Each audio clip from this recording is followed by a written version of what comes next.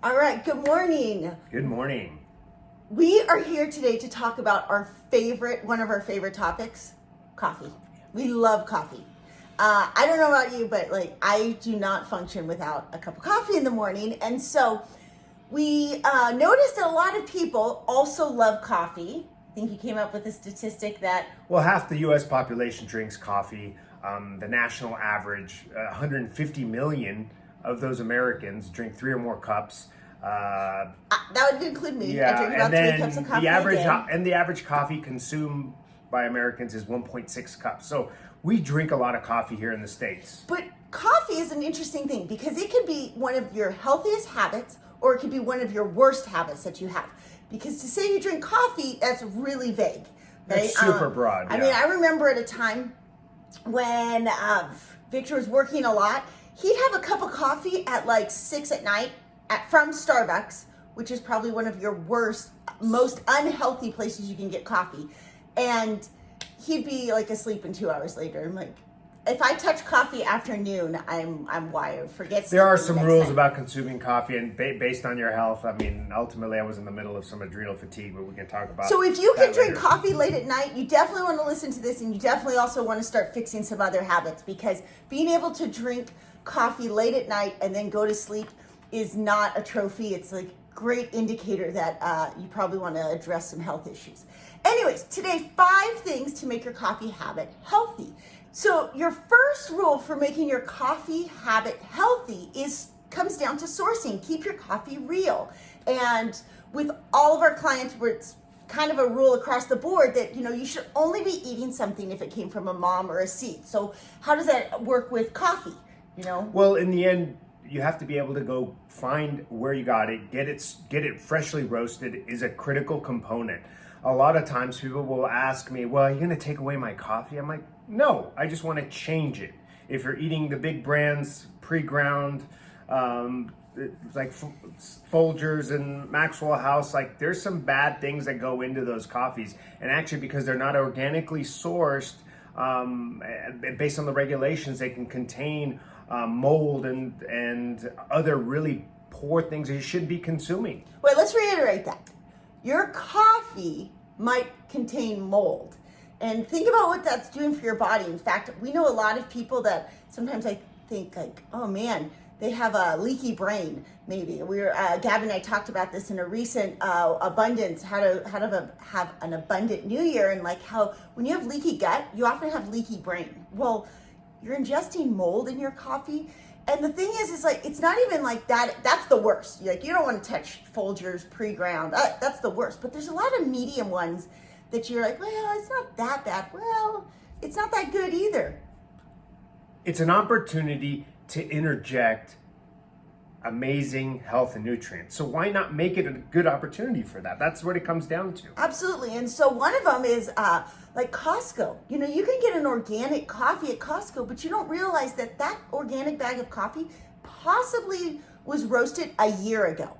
So you're kind of missing this great opportunity to have amazing antioxidants when it was roasted a year ago. So there's a couple things with keeping it real besides sourcing your coffee beans. So for sure, for us, we get ours in a subscription. So it's roasted, it's shipped to us the same day.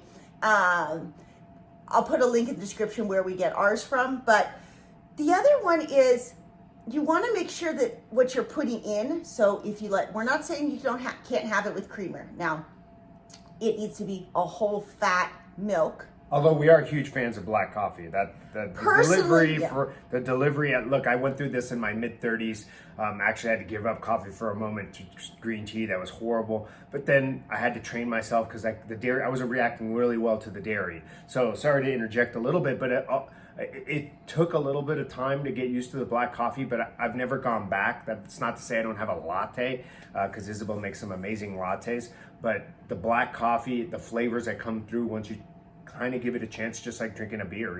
First time you had a beer, you probably didn't like it all that much.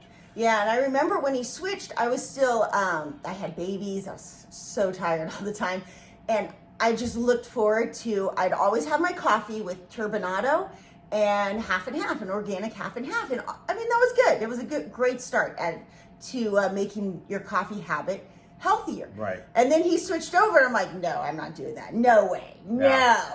And then I did. And like, oh my gosh, I'm never going back. You can really taste the flavors of the coffee. Your palate develops a little bit, just like wine. Even to the point that we're going to get to this one to make it healthier, but that I'm so picky about how my black coffee comes out that when he makes it, I'm like, ooh, did you heat the water past 202 degrees? Yeah, and potentially you could call us coffee snobs. But again, we're taking everything we have and like really trying to enjoy it as much as you can. We don't have vices per se, but like this is a great opportunity to make.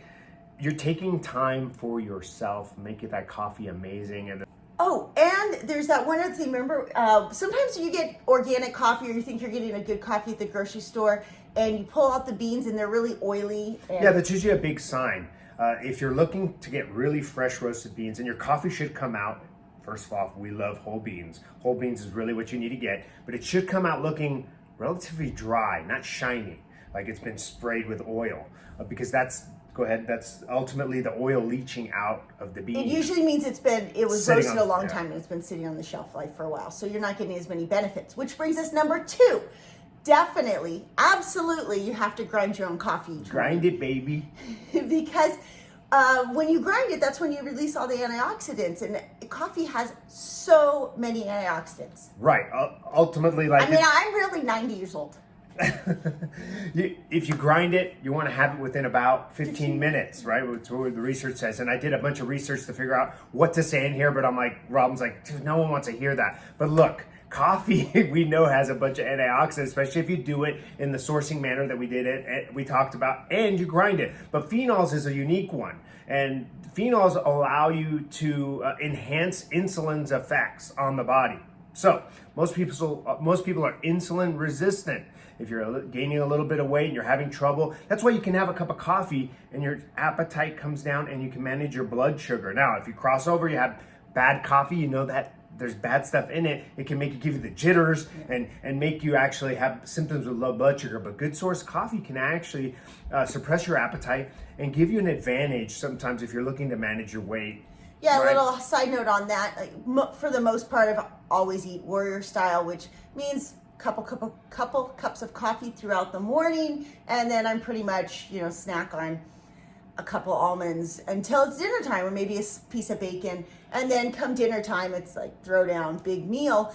And for me, I can keep my insulin stays level through the whole day. I don't get these spikes up and down. Now Victor will have his morning coffee black, but then later in the day goes to a bulletproof coffee because it ends up helping you better with it helps better for me to blood sugar management, and ultimately when we're talking about health and wellness, and anyone that's in looking to improve their health, maybe decrease or improve their body composition, you're talking about blood sugar management, because if you're letting your body go up and down like this, anytime you see this on a chart in business or in the body, it's probably not a good thing. And so coffee helps manage that across the board. And a lot of times when I'm designing nutrition programs for people, it's about learning to manage that blood sugar and keep it level, decreases threat on the body, and the body can then offload body composite or extra body fat, for example. Yeah.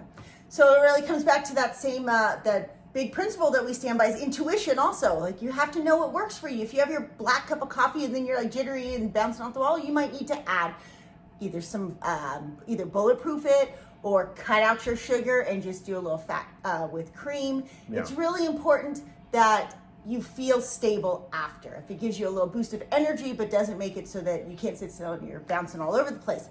Another way you can make your coffee habit healthier. So besides, should we talk about a little bit what bulletproof is, Robin? Yeah, sure. So look, bulletproof there's a lot of different recipes that you can do out there, but very simply, you take your coffee, a nice pat of grass-fed butter, and little either coconut oil or medium chain triglyceride oil. Add that in there. Usually people want to blend that up so it froths up. It tastes a little like a latte.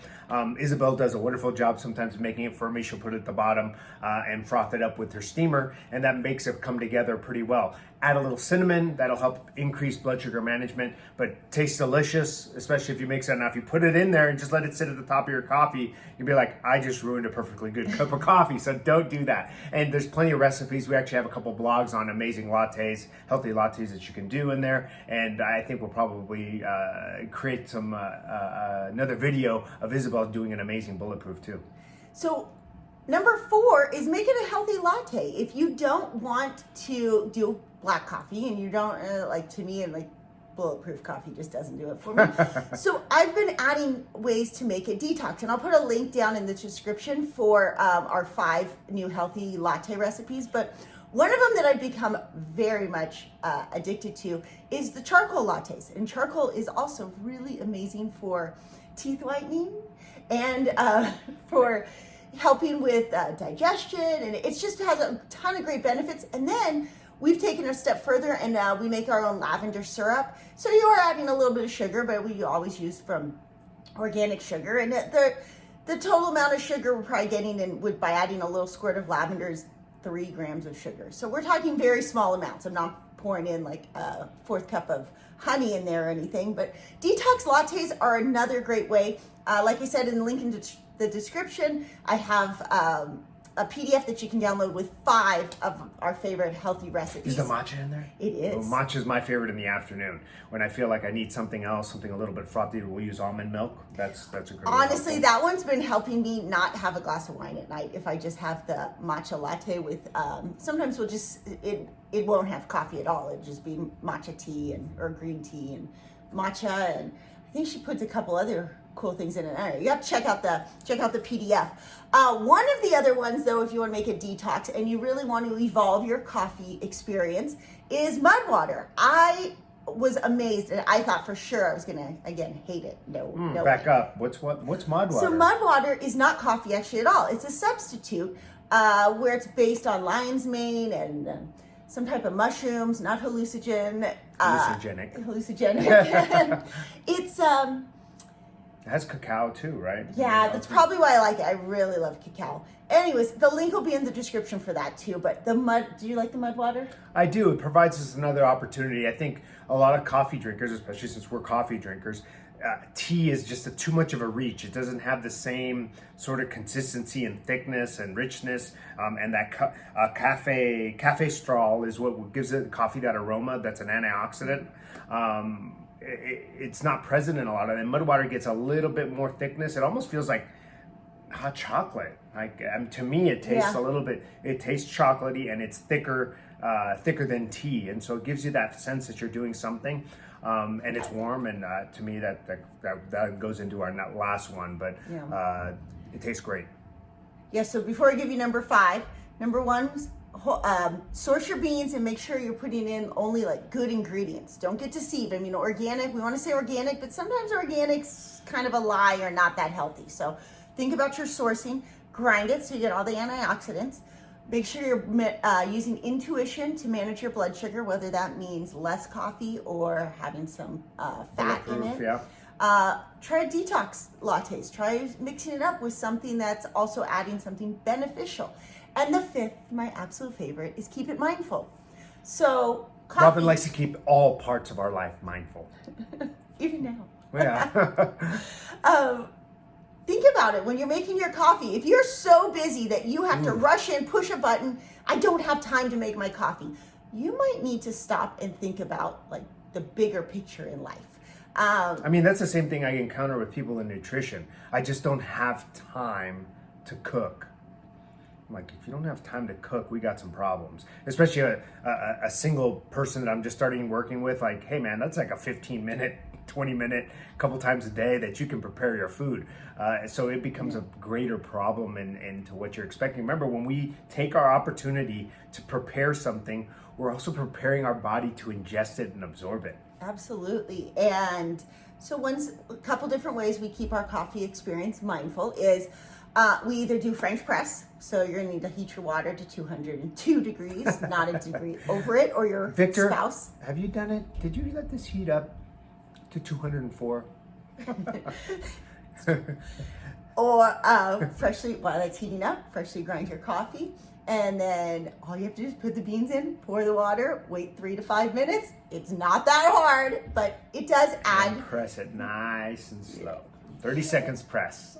Sometimes we do a pour over. That's another way to keep it mindful. And now I'm going to put a link in the description to this. We just got this Breville espresso machine a couple months ago because Isabel loves to be a barista. And so she makes us fresh coffee every morning this way. And it's nice because it does have a burr grinder. So we're always getting our freshly ground coffee when she makes them. It's, all of these are great. If you combine them all together, just throw away the Folgers. And instant coffee. What about? Well, there are a couple. The same thing happens with instant coffee. You can get good sourcing. There are a couple brands out there that are organic and sustainable that I have tried. Again, the aroma. I think a lot of people end up. Europe, for example, has this massive instant coffee tradition. You either have your espresso in the morning or you have your instant. There's no drip. And so you can find some well-sourced, freeze-dried, organic coffee. Again, flavor does change. Yeah, you think the antioxidants change by having... Yeah, antioxidant level, that still remains to be seen. I could not find any studies regarding the antioxidants in it, although we do know it's sourced, freeze-dried, so that we should be able to sustain some. Again, there was a long list of about 6 antioxidants that I know are very, very powerful. But again, if you use our strategies to kind of keep it mindful, grind it, source it, you're going to get more let's just say vitamins. I say that word to my mom. She starts to go like, your coffee doesn't have any vitamins. My coffee has a lot of vitamins. Oh, vitamins are important. And the other thing is like, my dad will be like, I'm like, what you're drinking right there is bad for you. He's like, do you think the government would let us drink, or do you think a company would make something that would be bad for you? I'm like, oh man, I don't even know where to start there. Yes, people are making a profit. Look at you get in the aisles at a grocery store, what's around you? People are making decisions every day. So this is one of those things that you're making a decision. What kind of decisions? Pay now, pay later. Yes, it's more expensive. But I will tell you this, there is a limit. The human body is just like a bucket. There's only so much you can tolerate before things start overflowing. So why not just take that opportunity, source your coffee just like you source your food? Absolutely. All right, we hope you can now enjoy your coffee safely and effectively. Love you guys. Have a good day.